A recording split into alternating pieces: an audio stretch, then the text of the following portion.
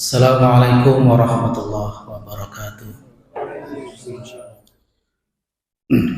Innal hamdalillah nahmaduhu wa nasta'inuhu wa nastaghfiruh wa na'udzu billahi min syururi anfusina wa min sayyiati a'malina. May yahdihillahu fala mudhillalah wa may yudlil fala hadiyalah. Asyhadu an la ilaha illallah wahdahu la syarikalah wa asyhadu anna Muhammadan abduhu wa rasuluh. Qala Allah tabaraka wa ta'ala fi kitabihil mubin. Ya ayyuhalladzina amanu taqullaha haqqa tuqatih wa la tamutunna illa wa antum muslimun. Ya ayyuhan nasu taqu rabbakumul ladzi khalaqakum min nafsin wahidah wa khalaqa minha zawjaha wa batha minhuma rijalan katsiran wa nisaa'a wattaqullaha alladzi tasaaluna bihi wal arham innallaha kana 'alaikum raqiba. Ya ayyuhalladzina amanu taqullaha wa qulu qawlan sadida yuslih lakum a'malakum wa yaghfir lakum dhunubakum wa may yuti'illaha wa rasulahu faqad faza fawzan 'azima. Amma ba'du fa inna asdaqal hadithi kitabullah wa khairal huda huda Muhammadin sallallahu alaihi wa ala alihi wasallam wa syarrul umuri muhdatsatuha fa inna kulla muhdatsatin bid'ah wa kulla bid'atin dhalalah wa kulla dhalalatin finnar. A'adzani Allah wa iyyakum min adzabin nar. Ibadallah, ma'asyiral muslimin, jamaah salat Jumat yang dimuliakan oleh Allah Subhanahu wa taala. Di dalam kehidupan ini sebagai manusia, kita seringkali dihadapkan pada dua dikotomi pilihan, yang mana kita harus memilih di antara dua pilihan itu, baik yang terkait dengan urusan dunia, terlebih lagi dengan urusan agama, yaitu akhirat kita. Dan Allah Subhanahu wa ta'ala memberikan begitu banyak macam dari dua dikotomi pilihan tersebut, dan kita sebagai hamba-hamba Allah harus memilih. Akan tetapi pilihan itu bukan berarti adalah pilihan yang bebas dan lepas dari tanggung jawab, melainkan akan ada konsekuensi syar'i, akan ada resiko-resiko serta tanggung jawab yang besar yang kelak harus dilakukan oleh seorang hamba di hadapan Allah Subhanahu wa ta'ala. Di dalam Al-Quran begitu banyak contoh bagaimana Allah Subhanahu wa ta'ala membentangkan dua pilihan itu di hadapan kita, memberikan dua pilihan untuk kita pilih, yang mana pilihan itu akan menjadi penentu bagi kehidupan kita kelak pada yaumul akhir. Pada kesempatan yang terbatas ini, kami berikan contoh di antaranya adalah pilihan tentang iman dan kufur. Allah Subhanahu wa ta'ala berfirman di dalam surah Al-Kahfi, "Qulil haqqu min rabbikum faman syaa'a falyu'min wa man syaa'a falyakfur." Katakanlah, kebenaran itu datang dari Rabbmu, maka barang siapa yang berkehendak untuk beriman, silahkan dia beriman, dan barang siapa yang ingin kafir, silahkan dia kafir. Tapi akan ada konsekuensinya, ada tanggung jawabnya.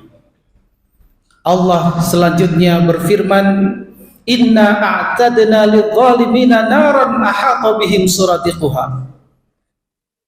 Sesungguhnya kami telah menyiapkan bagi orang-orang yang zalim, yaitu orang-orang yang kafir, neraka yang gejolaknya meliputi mereka.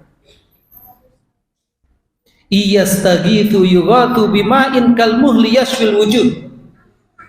Apabila mereka minta minum, maka diberi minum dari cairan yang seperti besi panas, yang panasnya membakar wajah-wajah mereka. Bi'sas syarab, itu adalah minuman yang paling buruk. Wasa'at murtafaqah, itu adalah tempat beristirahat yang sangat jelek, yang sangat buruk. Kemudian Allah juga menjelaskan bagaimana konsekuensi apabila seseorang memilih untuk beriman. Allah menyebutkan, innal ladzina amanu wa amilus shalihat inna la nudhi'u ajra man ahsana amala. Sesungguhnya orang-orang yang beriman dan beramal saleh, maka sesungguhnya kami tidak akan menyia-nyiakan pahala bagi orang-orang yang telah berbuat kebaikan. Ini adalah sebuah dikotomi pilihan yang harus kita pilih. Kita mau menjadi beriman atau menjadi kafir kepada Allah, silahkan. Tapi itu bukan berarti pilihan yang bebas tanpa tanggung jawab. Anda mau beriman, maka silahkan beriman. Mau kafir, silahkan kafir. Dan demikianlah sunnatullah di muka bumi ini. Kita melihat manusia terbagi menjadi dua golongan, yaitu orang-orang yang beriman kepada Allah dan orang-orang yang kafir kepada Allah Subhanahu wa ta'ala. Orang-orang yang beriman hakikatnya mereka adalah orang-orang yang menghendaki keimanan, dan Allah dengan sebab pilihan hamba-hambanya tersebut menakdirkan dia termasuk dari orang-orang yang beriman. Sedangkan orang-orang yang kafir kepada Allah memang dasarnya hatinya memilih untuk tidak beriman, memilih untuk kafir kepada Allah, dan Allah pun menakdirkan mereka bagian dari orang-orang yang kafir. Semuanya ada konsekuensinya. Allah Subhanahu wa ta'ala menegaskan di dalam surah Al-Bayyinah, innal ladzina kafaru min ahlil kitabi wal musyrikina fi nari jahannam ulaika hum syarrul bariyah. Sesungguhnya orang-orang yang kafir dari kalangan ahlul kitab dan orang-orang musyrik, mereka berada di neraka jahanam. Mereka itulah seburuk-buruk makhluk, kata Allah Subhanahu wa ta'ala. Innal ladzina amanu wa amilus shalihat ulaika hum khairul bariyah. Sesungguhnya orang-orang yang beriman dan beramal soleh, maka mereka itu adalah sebaik-baik makhluk, kata Allah Subhanahu wa ta'ala. Jazaohum 'inda rabbihim jannatu 'adnin tajri tahtahal anhar, tajri min tahtihal anhar khalidina fiha abada radhiyallahu anhum wa radu'an dzalika liman khasyya rabbah. Ini balasan orang-orang yang memilih untuk beriman. Sesungguhnya orang-orang yang beriman dan beramal soleh, maka mereka itu adalah sebaik-baik makhluk. Balasan mereka di sisi Allah adalah surga yang mengalir di bawahnya sungai-sungai. Mereka ridho kepada Allah, Allah ridho kepada mereka, dan mereka pun ridho kepada Allah. Itu adalah balasan bagi orang yang takut kepada Rabb-Nya. Ibadallah ma'asyiral muslimin rahimakumullah. Ini adalah contoh pertama bagaimana Allah memberikan dua dikotomi pilihan kepada kita para manusia di muka bumi ini terkait dengan iman dan kufur.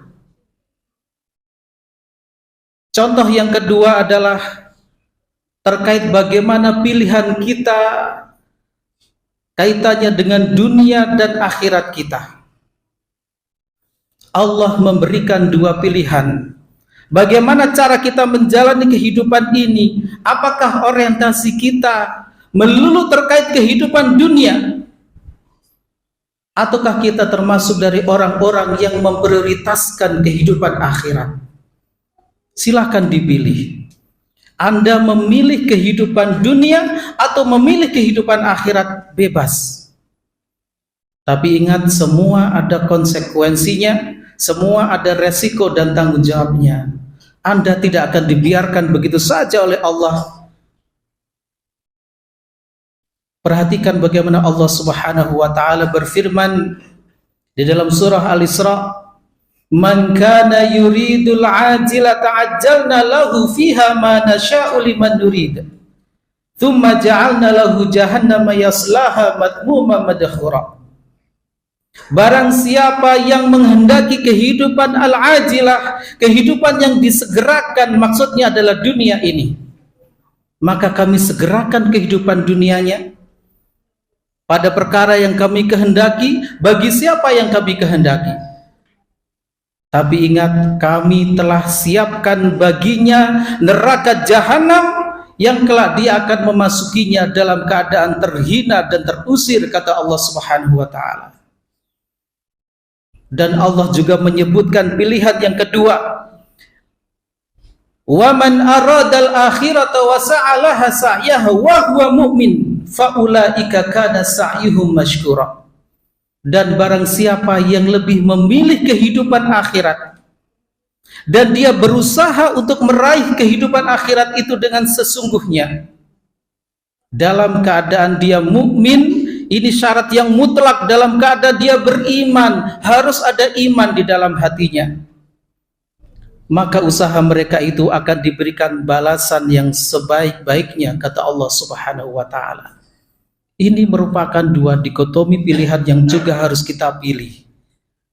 Apakah kita lebih memilih kehidupan dunia dengan segala resiko dan tanggung jawabnya, dengan segala konsekuensinya, ataukah kita memilih kehidupan akhirat? Memilih kehidupan dunia artinya adalah seseorang tidak peduli lagi dengan akhiratnya. Dia menghalalkan segala cara untuk meraih dunianya, tidak peduli halal dan haram, tidak peduli batasan-batasan Allah. Mana yang dosa, mana yang tidak dosa, dia tidak peduli. Yang penting dia bahagia, bisa meraih kehidupan dunianya. Inilah yang dimaksud dengan orang-orang yang menghendaki kehidupan dunia. Bukan maksudnya kita tidak boleh bekerja, kita hanya disuruh ibadah saja, bukan. Allah Subhanahu wa taala berfirman, "Wabtaghi fima atakallahu daral akhirah, wabtaghi fima atakallahu daral akhirah, wa la tansa nasibaka minad dunya." Dan carilah pada perkara yang telah diberikan oleh Allah kepadamu dari kehidupan dunia ini, negeri akhirat. Dan jangan lupakan bagianmu dari dunia. Para ulama menafsirkan ayat ini adalah, jadikanlah dunia yang Anda miliki, harta benda, pangkat, jabatan, segala perkara duniawi untuk meraih kehidupan akhirat. Meskipun Anda orang yang memiliki harta benda, memiliki pangkat dan jabatan, tetapi jika Anda gunakan itu semuanya untuk kehidupan akhirat, meraih kehidupan akhirat, maka Anda tidak tergolong dari orang yang lebih memilih kehidupan dunia, melainkan orang yang berusaha untuk meraih kehidupan dunianya. Aqulu qauli hadza wa astaghfirullah li wa lakum wa lisairil muslimina wal muslimat, innahu huwal ghafurur rahim. Bismillah walhamdulillah alladzi arsala rasulahu bil huda wa dinil haqq liyudhhirahu 'ala ad-dini kullihi walau karihal musyrikun. Asyhadu an la ilaha illallah wahdahu la syarikalah wa asyhadu anna Muhammadan abduhu wa rasuluh.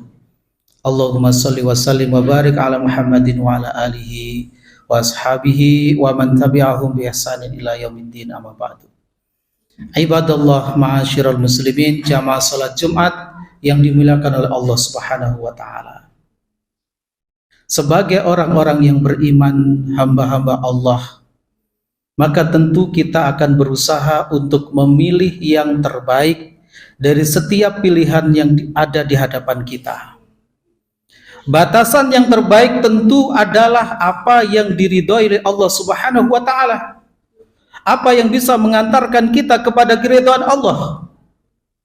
Bukan semata-mata karena hawa nafsu kita, bukan semata-mata karena pikiran kita, tetapi batasannya adalah apa yang dicintai oleh Allah, diridhai oleh Allah, dan mengantarkan kita kepada surganya, maka itu adalah pilihan yang terbaik.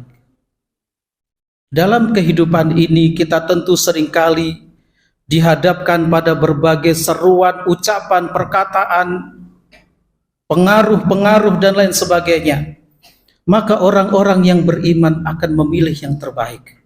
Allah Subhanahu wa taala berfirman, "Alladzina yastabi'una al-qaula fayattabi'una ahsanah." Yaitu orang-orang yang mendengar ucapan, mendengar pengaruh-pengaruh, pendapat-pendapat, ajakan-ajakan, seruan-seruan, akan tetapi dia memilih yang terbaik. Fayattabi'una ahsana, mengikuti yang terbaik. Ulaika alladzina hadahumullah wa ulaika hum ulul albab. Mereka itulah orang-orang yang diberikan hidayah, petunjuk oleh Allah, dan mereka adalah orang-orang yang memiliki akal. Lihat bagaimana Allah Subhanahu wa taala mengaitkan pilihan dengan akal. Tentunya akal yang sehat.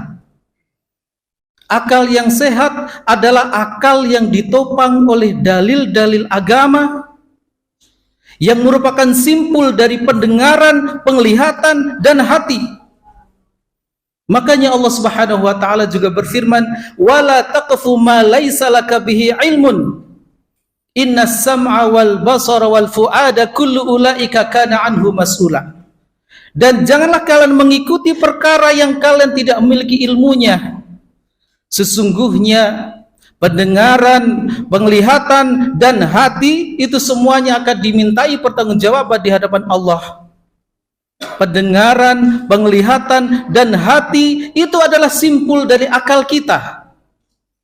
Maka ketika seseorang menggunakan pendengarannya dengan baik, menggunakan penglihatannya, hatinya untuk belajar yang baik, belajar agama, belajar nilai-nilai yang diajarkan oleh agamanya, maka di sanalah dia akan bisa menemukan jalan yang terbaik dari berbagai pilihan yang ada.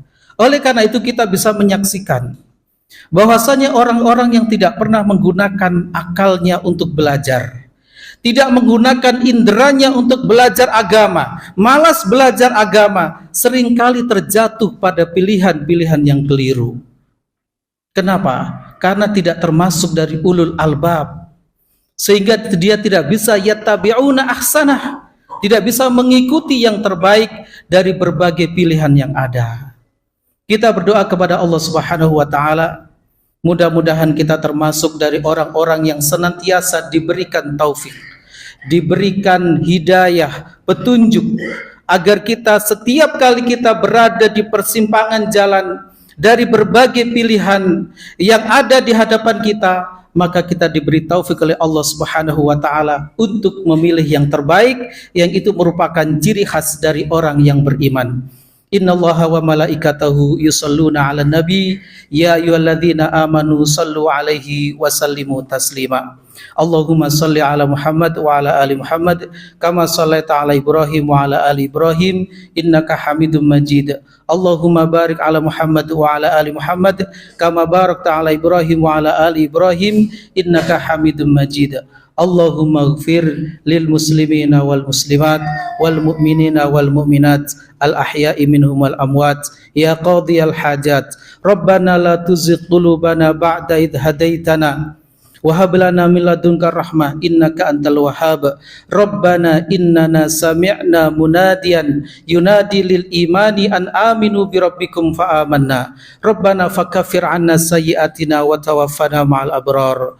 Rabbana atina fid dunya hasanah wa fil akhirati hasanah wa qina adzabannar. Subhana rabbika rabbil izzati amma yasifun wa salamun alal mursalin walhamdulillahi rabbil alamin. Aqimissalah.